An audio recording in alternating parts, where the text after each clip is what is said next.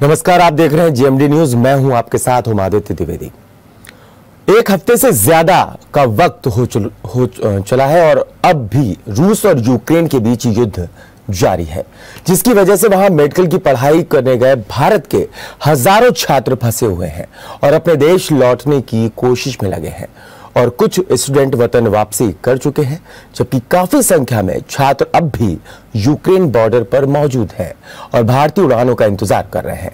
Ukraine से कानपुर लौटे छात्र ने अपनी दास्तान सुनाई है। अब ज्यादातर छात्र ने कहा अब यहीं पढ़ेंगे, लेकिन विदेश नहीं जाएंगे। मेडिकल के छात्रों ने सरकार से आग्रह किया कि वो इस मामले में हस्तक्षेप करे। रूस और यूक्रेन के बीच जारी युद्ध में यूक्रेन में रह रहे भारतीय मेडिकल छात्र काफी प्रभावित हुए हैं। युद्ध की परिस्थिति में यूक्रेन में मौजूद एक छात्र ने बताया कि वहां पर खाने पीने की व्यवस्था नहीं थी। हमें कई रात यूक्रेन के अंदर ही परेशान होना पड़ा है और वहां की सरकार ने जिम्मेदारी लेने से साफ मना कर दिया। आपको बता दें, इस वक्त यूक्रेन और रशिया के बीच युद्ध चल रहा है और ऐसे में वहां पर मेडिकल की पढ़ाई कर रहे भारतीय छात्र छात्राएं फंसे हुए हैं। हालांकि कुछ छात्रों को वापस लाया जा चुका है। इसी पर हमारे साथ छात्र हैं शिवम यादव, आपको बता दें वो जुड़ेंगे, और साथ ही साथ दिव्यम वाजपेयी, दोनों छात्र हमारे साथ जुड़ गए हैं। उनसे जानने की कोशिश करते हैं कि आखिरकार क्या कुछ नजारा था वहां का, उन्हें कैसा लगा उस वक्त जब वहां पर युद्ध चल रहा था और वो वहां पर फंसे हुए थे। मैं सीधा रुख करना चाहूंगा दिव्यम वाजपेयी का। दिव्यम, क्या कुछ आपने देखा, कितना डरे हुए थे आप, क्या अफरा तफरी का माहौल था, क्या स्थिति थी जब आप यूक्रेन में फंसे हुए थे? नमस्कार।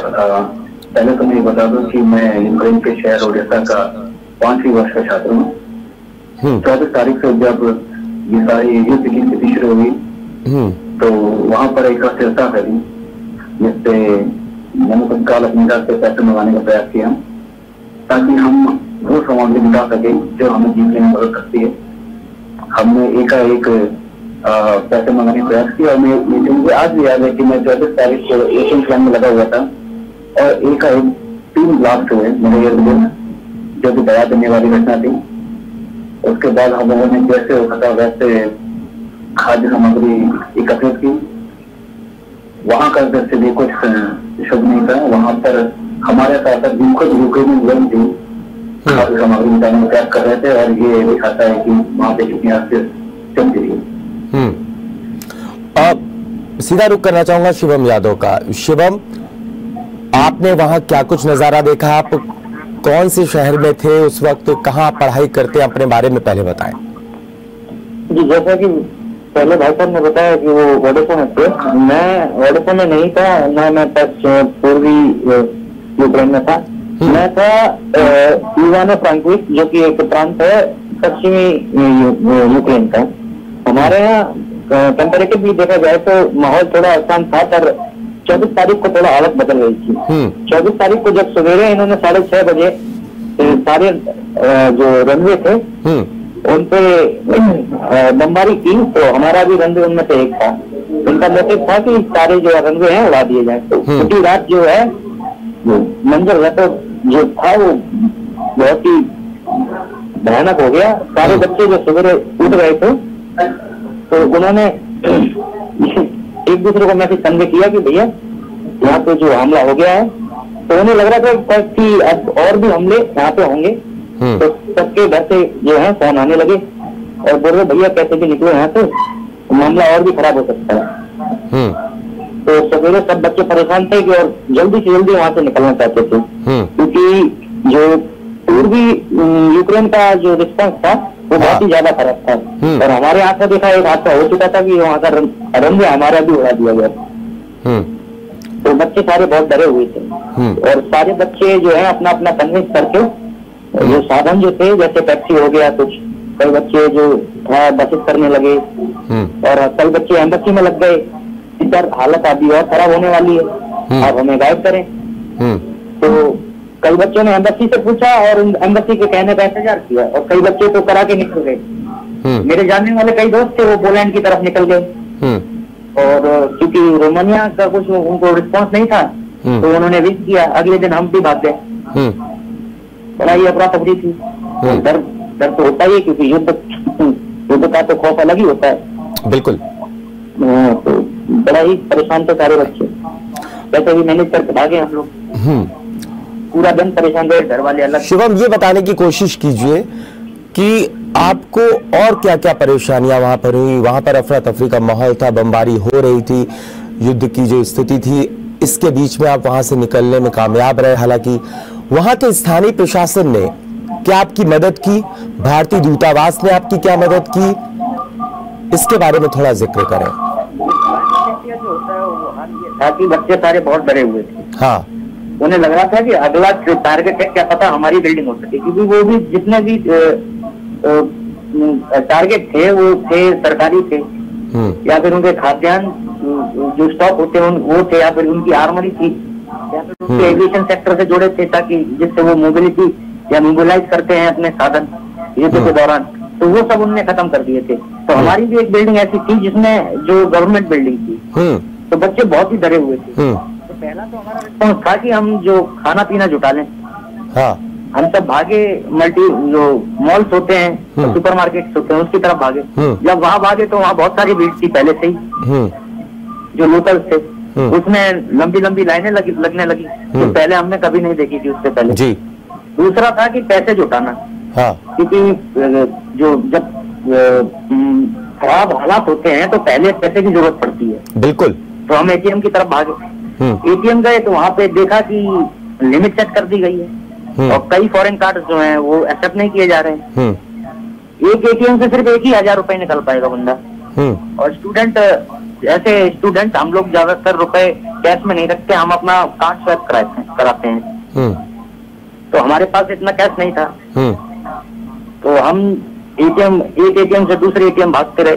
मैं पर्सनली कम से कम 8, 10, 11 एटीएम भागा, तब जाके मुझे 5,000 मिले। जिस वजह से मैंने अपने 2,000 एक बच्चे को दिए और 1,000 एक बच्चे को दिए जिसके पास बिल्कुल कुछ नहीं था। अच्छा, आपने मदद की वहां पर छात्र? उनका एटीएम जो है काम नहीं कर रहा।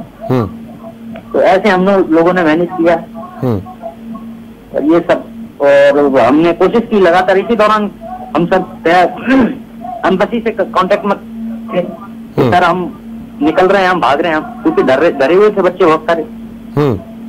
हम तो मूड बना चुके थे, हमें डायरेक्शन मिला तो मिला, नहीं तो हम निकल के भागते हैं। वही हमने किया, कई बच्चे उसी दिन भाग गए, मैं भी भाग निकला। अच्छा जी, ठीक है। दिव्यम है हमारे साथ, उनका रुख करना चाहूंगा। दिव्यम, आपने क्या भारतीय दूतावास से संपर्क करने की कोशिश की या वहां के उस देश के स्थानीय प्रशासन ने आपकी कोई मदद की? क्या कुछ एडवाइजरी जारी हुई? क्या खाने का सामान आपको वहां का स्थानीय प्रशासन मुहैया करा रहा था?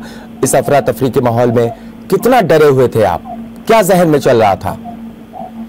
दरअसल भारतीय प्रशासन ने हर एक बच्चे के कॉल एक्सेप्ट किए, परंतु इतने शॉर्ट पीरियड में, इतने कम समय में उनके पास भी करेक्ट प्लान नहीं था कि किस बॉर्डर के बच्चे को भेजा जाए और कैसे उनको रेस्क्यू किया जाए। परंतु लगातार एडवाइजरी जारी हो रही थी और एडवाइजरी में काम की बात हम लोगों को बताई जा रही थी।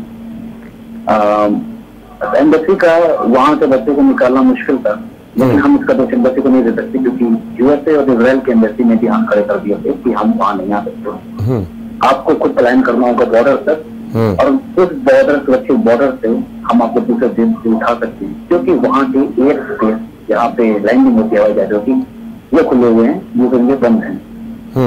और ऐसा ही हमने किया और हमने अपने आप को संभालते हुए बॉर्डर को क्रॉस किया।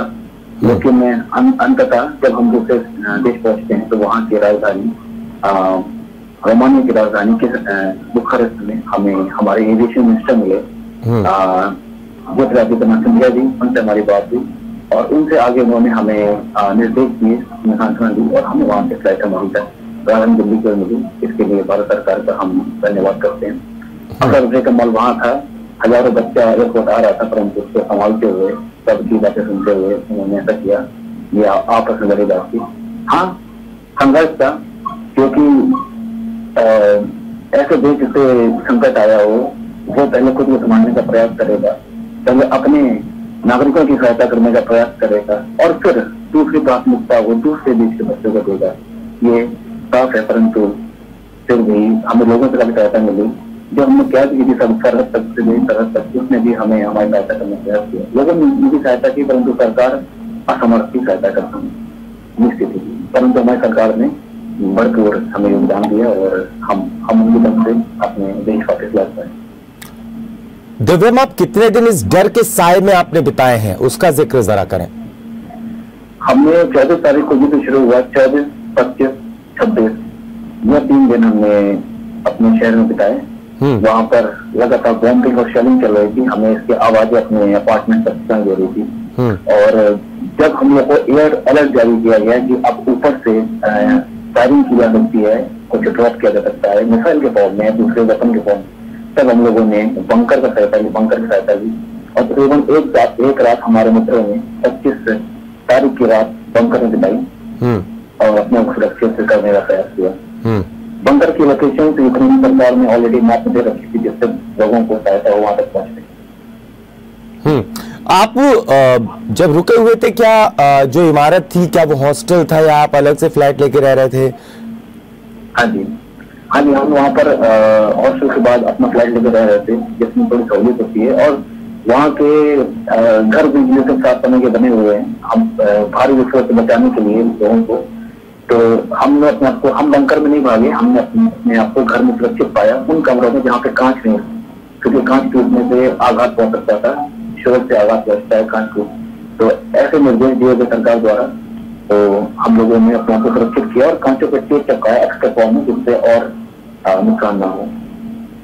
अच्छा, कितने छात्र, भारतीय छात्र वहां पर आपके साथ है जहां पढ़ते थे वहां पर यूक्रेन में? ओडिशा शहर की बात करें तो वहां पर मेरे साथ और कोर्स के बच्चे हैं, जिनकी तकरीबन संख्या है 2,500 भारतीय। 2,500 भारतीय जहां आप पढ़ते हैं, ठीक है। तो अभी आपको क्या लगता है कि आपके साथ कितने भारतीय छात्र यूक्रेन से निकलने में कामयाब रहे, वतन वापसी कर पाए हैं?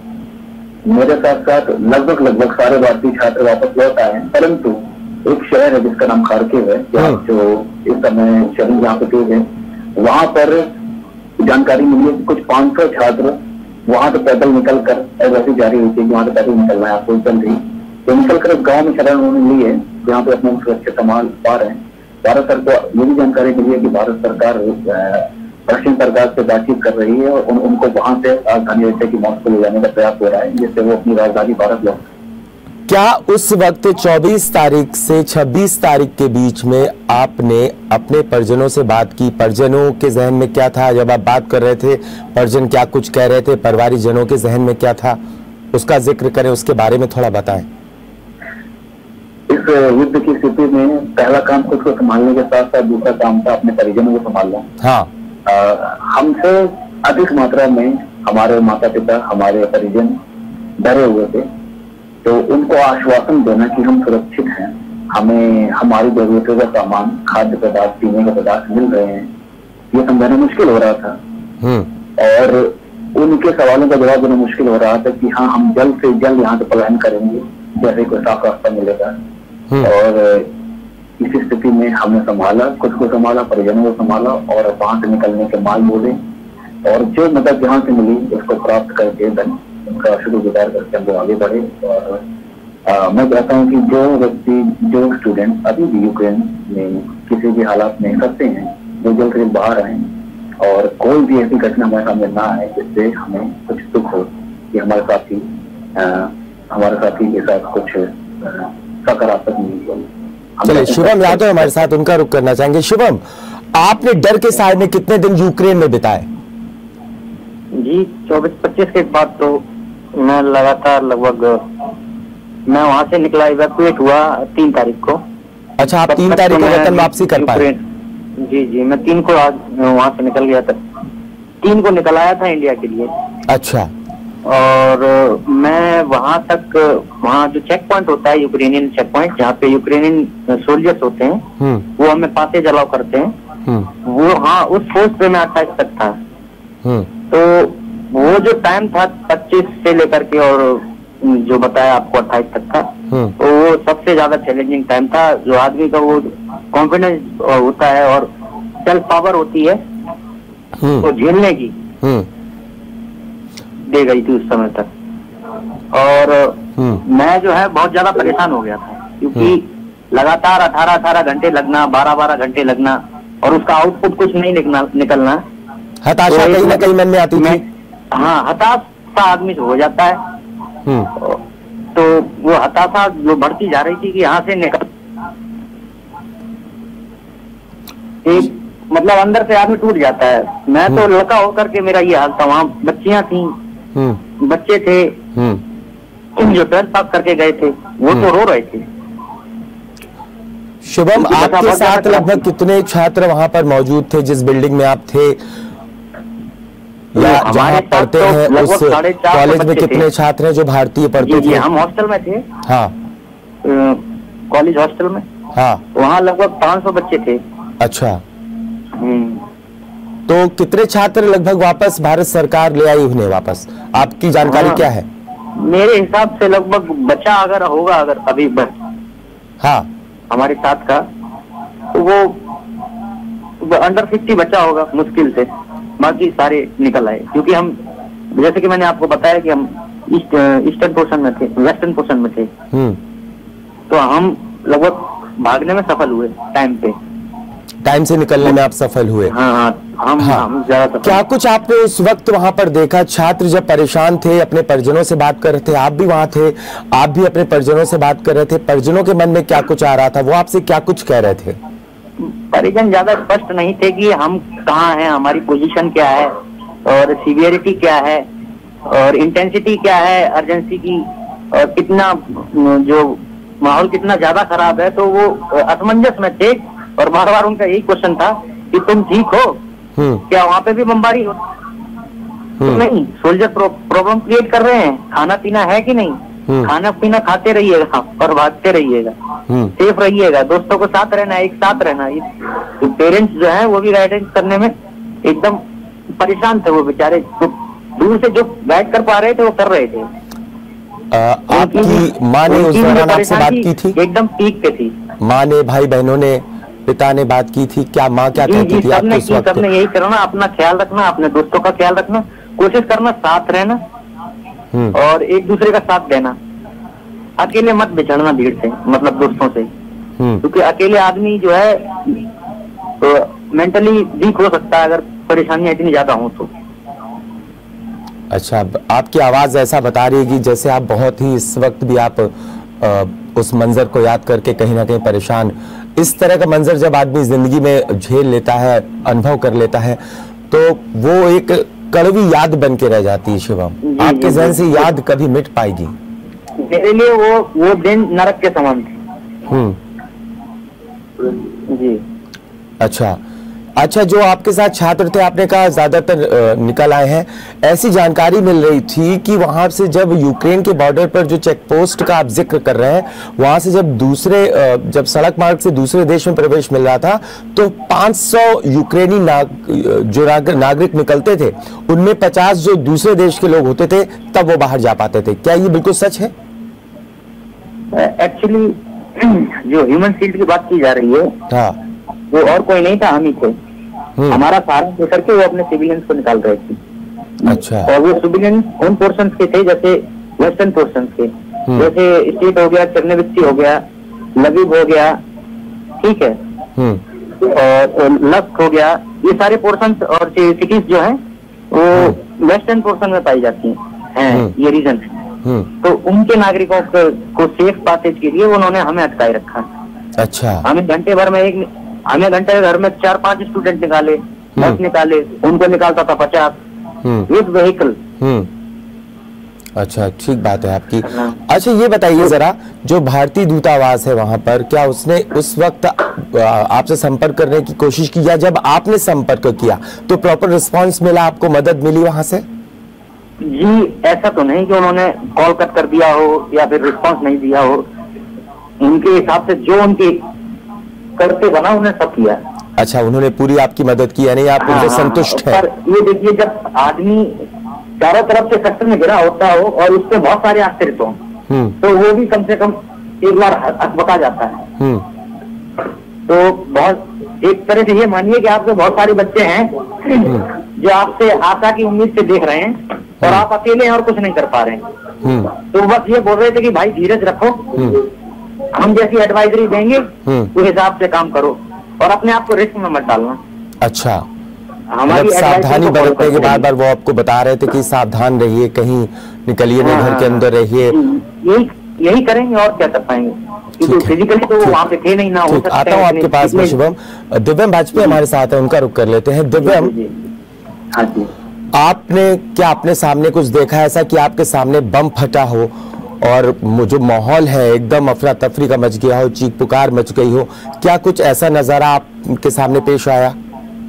जहाँ पर मैं था वो एक पोस्ट देती थी ओडेसा, तो वहाँ पर आर्मी बेसेस दो थे, तो हम अपने अपार्टमेंट सुन सकते थे कि वहाँ पे बॉम्ब की शेलिंग हो रही है। परंतु किस्सा मैंने सुना है कि ये किस्सा है राजधानी कीव का, जहाँ मेरा मित्र था, और वो राजधानी पहुंचे, हवाई अड्डे पहुंचे और वहां से पलायन करना चाहते थे। ये 24 के पहले की बात है। तो 24 की तारीख को जब वहां पहुंचा तो वहां पर बॉम्ब ब्लास्ट होता है, और ये बॉम्ब ब्लास्ट के बाद वहां पर ऐसी तफरी मचती है कि वहां की पुलिस गाड़ी में बैठ के निकलती है, वहां से कोई पैसेंजर नहीं बचता, सब अपना सामान उठा के इधर उधर से उधर भागते हैं। भारतीय स्टूडेंट एम्बेसी के सामने बाहर जाके खड़े हो जाते हैं कि उनको वहां से कुछ मदद मिलेगी और उन्हें उम्मीद होती है, तो उन्होंने उनको कुछ जगह मुहैया कराई। परंतु उसके बाद भारतीय एम्बेसी ने भी कह दिया कि अभी हमारे पास कोई परमिशन नहीं है, हम आपको यहाँ रुकना पड़ेगा, उसके बाद हम आपको धीमे बताएंगे अभी क्या करना है। तो वो अफरा तफरी देखते हुए मेरे दोस्त थोड़ा मेरा मित्र थोड़ा भयभीत हुआ, उसने मुझे किस तरीके से बताया मैं आपको बता नहीं सकता, परंतु वो आघात कर देने वाला था। और जब मैं एटीएम की लाइन में लगा था, जब मैं पैसा निकाल रहा था, तब मेरे इर्द गिर्द 3 बॉम्ब ब्लास्ट हुए थे 5 किलोमीटर के दायरे में। सुनने में 5 किलोमीटर थे, लेकिन उनके वाइब्रेशन इतने तीव्र थे कि आप उसको अपने शरीर में महसूस कर सकते हैं, और आप ये भी महसूस कर सकते हैं कि अगर ये आपके इर्द गिर्द होता, बगल में होता, तो शायद ही उम्मीद होती। चलिए शुभम का रुख कर लेते हैं। शुभम, आपने ऐसा कोई मंजर अनुभव किया वहां पर, क्या आपके सामने या ऐसी जगह जहां आप हो वहां तक धमाकों की आवाज प्रॉपर आती रही हो? मतलब 1 किलोमीटर का दायरा हो सकता है, वो 2 किलोमीटर का भी हो सकता है, 3 किलोमीटर का भी हो सकता है, और आपने अनुभव किया हो कि नहीं हमारे बिल्कुल पास में नजदीक में ही बम गिरा है या मिसाइल से अटैक हुआ है? अनुभव तो क्या बताएं, वो सवेरे ही हुआ था 6:30 बजे के लगभग, जिसने आपको जला दिया था। रनवे उड़ा दिया गया था। और दूसरा अनुभव ये किया था कि एक एयरक्राफ्ट जो होता है ना, कॉम्बैट एयरक्राफ्ट, तो वो जो था वो डैमेज था और उससे ब्लैक कलर का स्मोक निकल रहा था और वो गिरने ही वाला था। वो आगे जाके वो गिर ही गया होगा 20 से 30 किलोमीटर दूर जाके। तो ये जो 2 चीजें थी ये मेरी आंखों दिखती हैं। अच्छा, जो यूक्रेनी नागरिक थे आपने उनको देखा होगा क्या? जिस इलाके में आप फंसे हुए थे, जिस शहर का आप जिक्र कर रहे हैं, वो वहाँ पर था कि वो पलायन कर रहे थे वहाँ पर जी। माहौल क्या था? कितना परेशान आपने लोगों को देखा? चेहरों पर क्या देखा? डर देखा या वो ये सोच रहे थे कि नहीं उनको जल्दी से निकलना है यहाँ से? हाँ, तो जैसा हमारा था सोचना वैसा ही उनका था, क्योंकि वो तो सापेक्ष रूप में युद्ध में थे। इस दौरान आपने यूक्रेनी जो सैनिक थे यूक्रेन के, उनका क्या कुछ रवैया रहा भारतीयों के प्रति या दूसरे मुल्क से आए हुए लोगों के प्रति? एक्चुअली रवैया उन्हीं का ठीक नहीं था, तभी हमारे बच्चे इतने सफर किए। अच्छा, उनका रवैया बिल्कुल भी ठीक नहीं था? बिल्कुल भी ठीक नहीं था। उनकी मेरे को ये नीति लग रही थी, ये टैक्टिस थी, ये इन्हें रोक के रखना है, तभी हम लोग पास कर पाएंगे। और जो हम हैं थोड़ा ये विंडो पीरियड है, हमें ज्यादा मिलेगा ताकि हम लोग अपने नागरिक शेष निकाल दें, या फिर इनको फंसाए रखो और कोई नई टैक्टिस बनाओ या युद्ध नीति ऐसी बनाओ इस दौरान इनको बच्चों को एंगेज करके, और ताकि जो इंटरनेशनल प्रेशर भी बने इसी दौरान, ताकि हम कुछ डिसाइड कर सकें युद्ध में लीड लेने के लिए। शिवम, ऐसी भी सूचना मिल रही थी कि भारतीय मेरा जो बैकग्राउंड है वो आर्मी बैकग्राउंड है। मेरे पापा खुद सूबेदार मेजर लेफ्टिनेंट कैप्टन है, कैप्टन थे जी। शिवम, ऐसी भी जानकारी मिल रही थी कि कुछ भारतीयों को ढाल बना करके रखा हुआ है, उन्होंने आगे कर दिया है, पीछे से वो गोलियां चला रहे हैं, मतलब भारतीयों को आगे कर रहे हैं, मानव ढाल की तरह उपयोग में ला रहे थे। कुछ छात्रों को, ऐसी भी जानकारी निकल करके यूक्रेन से आई है, इसमें कितनी सच्चाई लग रही है? मेरे को ये सुनने को मिला है, पर मैंने ऐसा देखा तो नहीं, पर क्या पता हो सकता है। हाँ। जब हमें रोक सकता है जो, तो हमें आधार भी बना सकता है, बस मैंने अपने आई विटनेस नहीं हूँ मैं इन चीजों का। अच्छा, कोई आपका छात्र, मतलब आपका साथी छात्र या जिनको आप परिचित में, क्या कोई हताहत तो नहीं हुआ है? ऐसी कोई जानकारी आपके पास आई हो? हताहत तो नहीं हुआ, पर कुछ बच्चे थे जो मेरे सामने, जिनको जो पैरालाइटिक शॉक होता है और जो ठंड की वजह से जो प्रॉब्लम होती है, लाइक क्रैम्प्स होते हैं, फ्रॉस्ट बाइट होती है, और हाथ पैरों का सुन्न होना है, क्योंकि लगातार मौसम भी खराबी था, बर्फबारी भी हो रही थी, और शेल्टर थे नहीं ज्यादा अवेलेबल। जब 4000 बच्चे होंगे और 150 बच्चे का सेंटर होगा, तो आप अंदाजा लगा सकते हैं कि हालत कैसी होगी। जी बिल्कुल। हाँ शिवम, एक चीज और आपसे जानना चाहूंगा कि कुछ खबरें आ रही थी कि भारतीय छात्रों के साथ लूटपाट की गई है।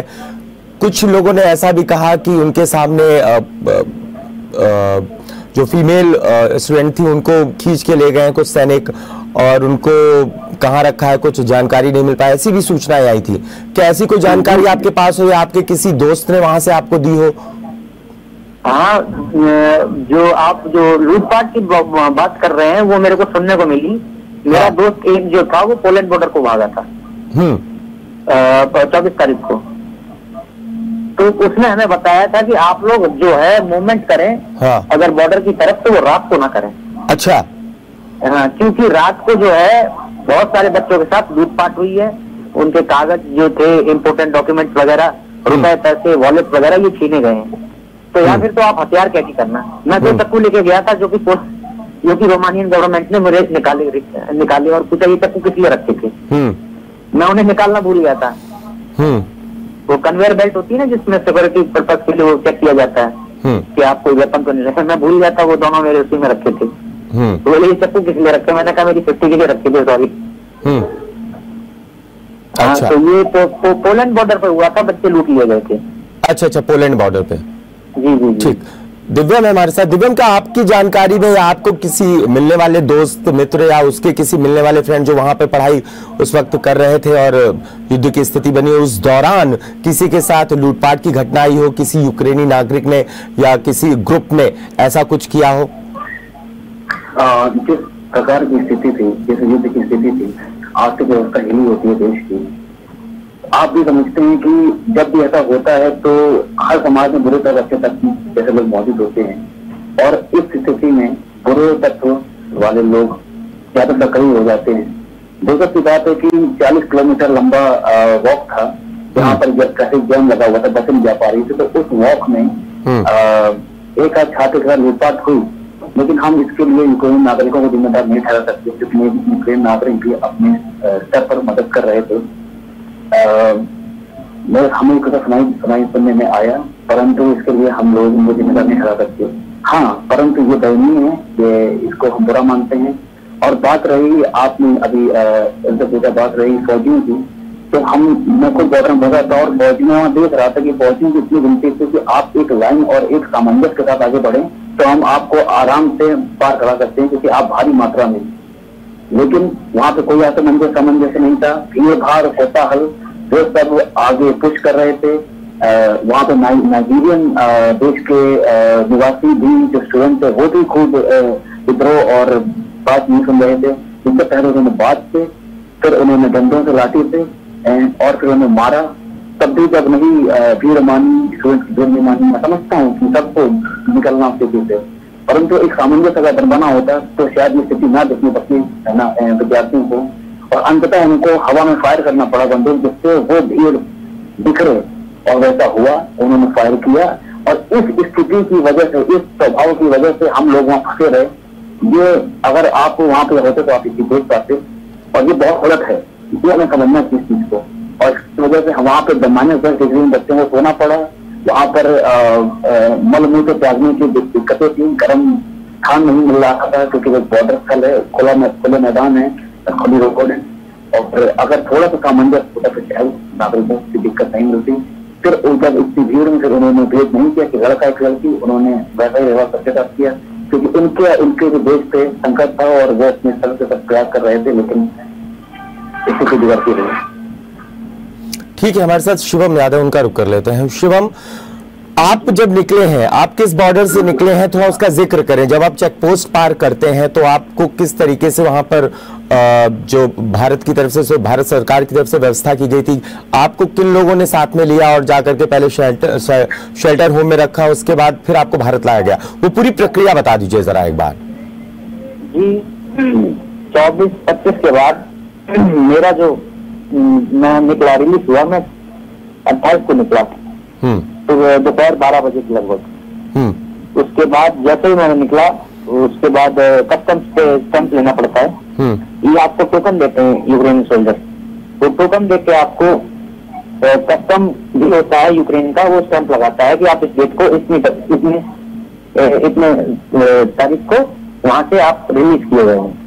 उसके बाद हम लोग आगे बढ़ते हैं तो हमें रोमानियन बॉर्डर मिलता है, उस पर ही वो जो टोकन होता है वो ले लिया जाता है, उसके द्वारा क्या कहते हैं, जो बंदा होता है वो यूक्रेन का, वो लेकर के हमें रिलीज कर देता है।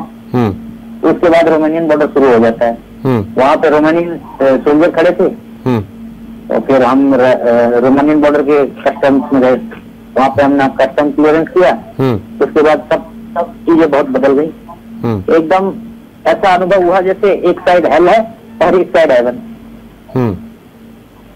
तो वहां पे बहुत वेलकमिंग तो लोग रोमानिया के, हमें जाते ही सिम दी पहला, क्योंकि उनको भी पता होगा कि हम कनेक्टिविटी जो हमारे पेरेंट्स से वो नहीं हो पा रही होगी, या फिर हम लोग जो कम्युनिकेशन हम लोग का इतना सही नहीं होगा क्योंकि बॉर्डर लग जाता है। तो उन्होंने जाते ही हमें सिम दी और जाते ही हमें खाने के लिए दिया और हमें कैंप की तरफ ले गए।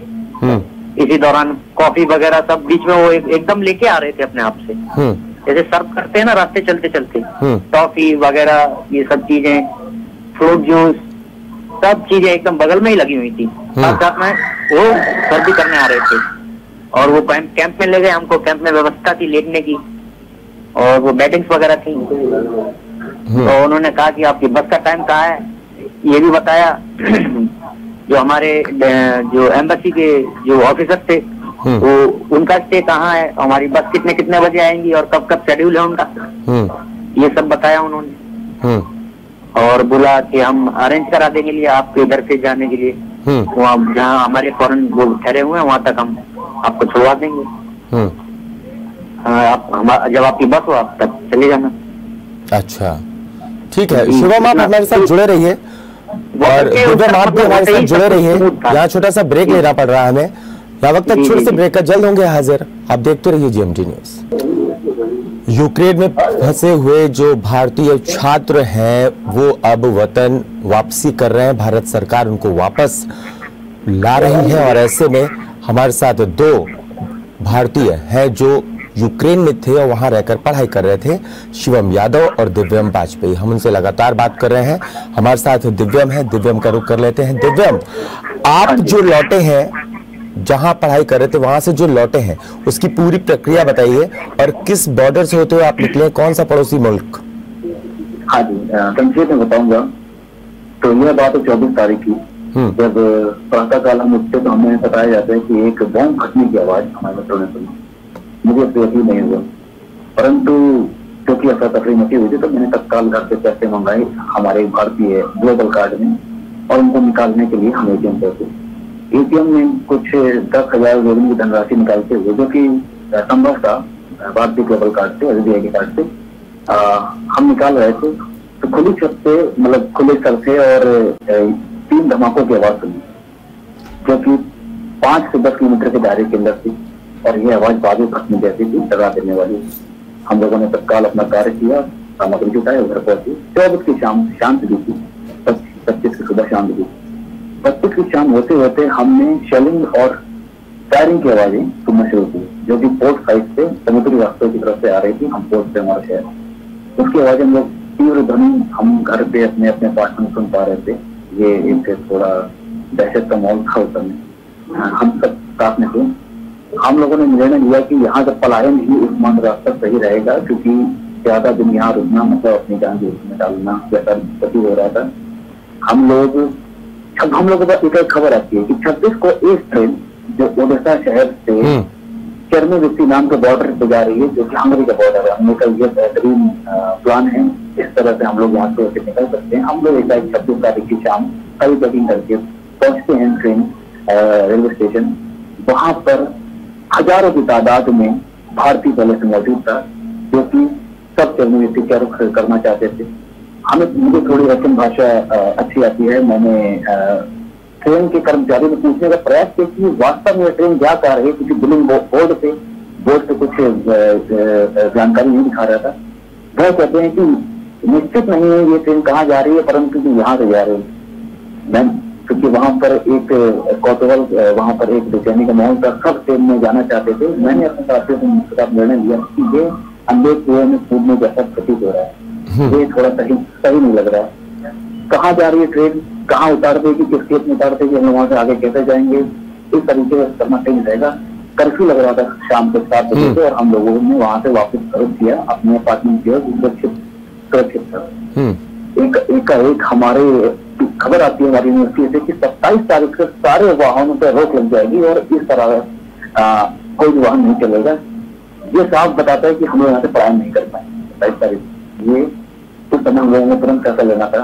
पास एक देश पड़ता है मोल्डोवा की सीमा 1 घंटे की दूरी पे। हमने तुरंत ही कैब की, अपना डॉक्यूमेंट और खाने का सामान और जरूरी सामग्री अपने पास रखी और तुरंत रवाना हुए वहां से। ये हमने अपने खर्चे पे किया। हम लोगों ने 2000 भोजन, जो कि 6000 रुपए तकरीबन होता है, उसको दिया। उसमें हम टैक्सी ड्राइवर यूक्रेनी था, उसने हमारी पूरी सहायता की। हम लोगों को सुरक्षा घेरे से निकाला जहाँ पे आर्मी खड़ी थी।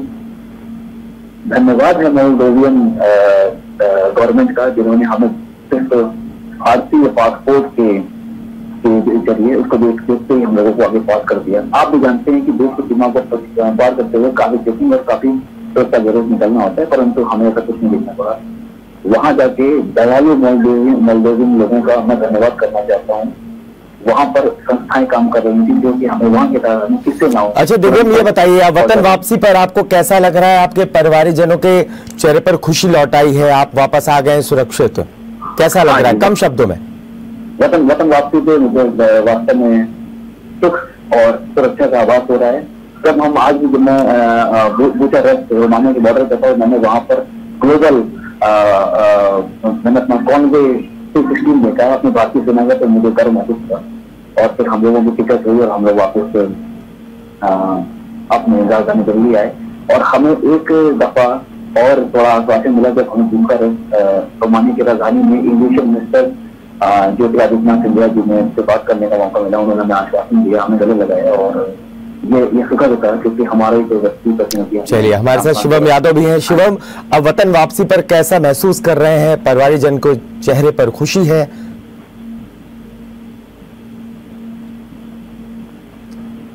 जी नमस्कार। परिवारजन तो बड़े खुश हैं, बड़े परेशान थे घर वाले। हाँ पहले, हाँ, अभी तो उनको मतलब राहत की सांस मिल गई है। हाँ, पहले जो आपको कैसा लग रहा है शिवम? आप ही पाएगा कि नहीं, वो अब दूर हो चुका है और मैं उनकी आंखों के सामने हूँ, तो सब बड़े खुश हैं। सारे परिवारजन खुश हैं, भाई बहन सब। पिताजी ने तो पूजा की। अच्छा, चलिए, साधन रखा था। चलिए ठीक है, चलिए ठीक है। हमसे जुड़ने के लिए शुक्रिया आप दोनों का। चलिए, तो कुल मिलाकर के अब वतन वापसी कर रहे हैं जो यूक्रेन में फंसे हुए छात्र हैं, और ऐसे में उनके परिवारिक जनों के चेहरे पर खुशी है। अभी तक हम बात कर रहे थे 2 छात्रों से जिन्होंने वतन वापसी की है, अब वो खुश है, उनके परिवार भी खुश है। भारत सरकार लगातार ऑपरेशन गंगा के तहत छात्रों को और नागरिकों को वापस यूक्रेन से भारत ला रही है। फिलहाल अभी के लिए इतना ही। आप देखते रहिए GMT न्यूज़।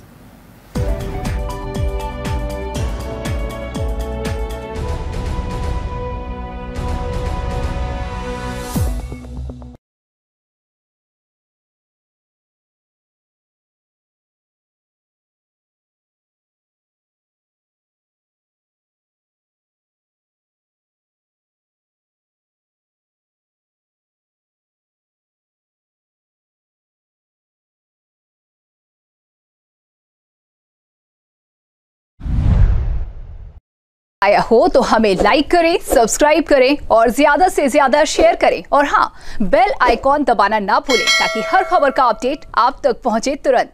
आप हमें इंस्टा, ट्विटर और फेसबुक पर भी फॉलो कर सकते हैं। हमारी आईडी है @JMT News।